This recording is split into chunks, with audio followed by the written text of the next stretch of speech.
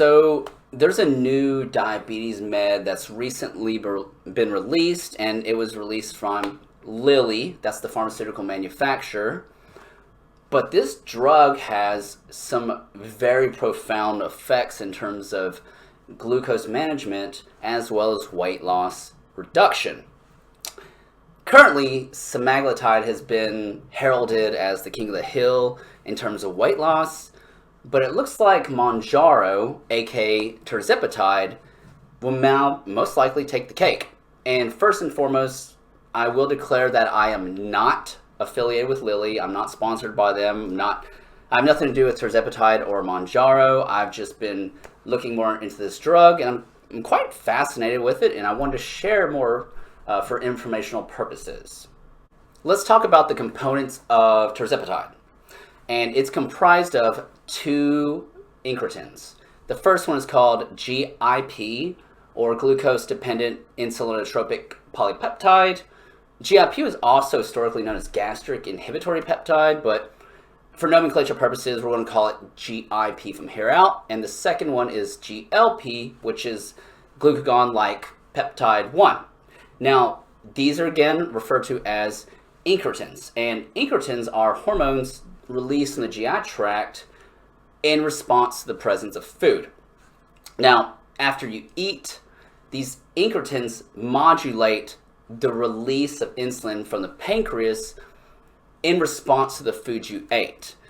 That's why these are called insulinotropes or insulinotropics. Just like FSH and LH are gonadotropins, these are insulinotropins. So again, it's got GIP and GLP, which are insulinotropins. And these peptides are involved in something called the Incretin Effect.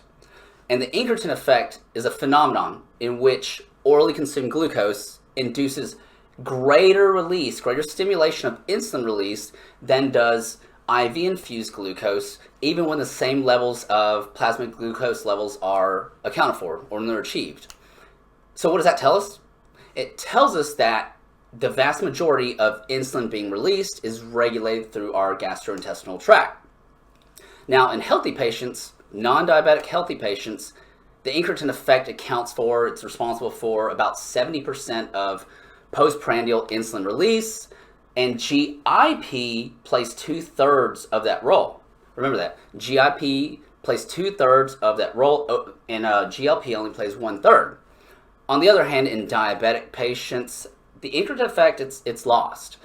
What does that tell us? It tells us that postprandial glucose levels are not going to be managed because both GLP and GIP is lost, but we also extrapolate that GIP may be the principal one that has more responsibility.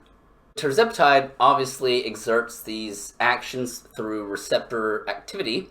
Now, Tirzepatide binds GLP receptors with less affinity than does native GLP. On the other hand, Tirzepatide binds GIP receptors with equal affinity as would native GIP. If you remember just a few moments ago, I mentioned that in diabetics, the activity of GIP and GLP is impaired or seems to be lost, and that GIP seems to be the incretin that accounts for 2/3 of the activity. Well, by binding those receptors, specifically with more binding activity to GIP, that's how it exerts a lot of its effects. And this cumulatively results in net effects of reducing glucagon, increasing both first and second phase insulin release. It increases insulin sensitivity. It delays gastric emptying, similar to semaglutide, because that's also GLP.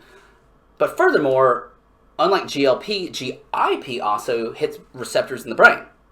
That further promotes even more satiety. So not only are you getting that delayed gastric emptying, which affects through mechanical mechanisms, but by crossing and hitting GIP receptors in the brain, you're also getting satiety from CNS mechanisms of action, and it also has endocrine mechanisms of action as well. So if you haven't heard of Tirzepatide, aka Manjaro, up to this point, this video I hope served as a good primer for you. Consider becoming a channel member for exclusive features, like loyalty badges, early access to new videos, funny stuff like rough cuts and bloopers, members only photos and status updates on the community tab, and members only livestream chat. On desktop, use the join button next to the subscribe. On mobile, use the join link in the description.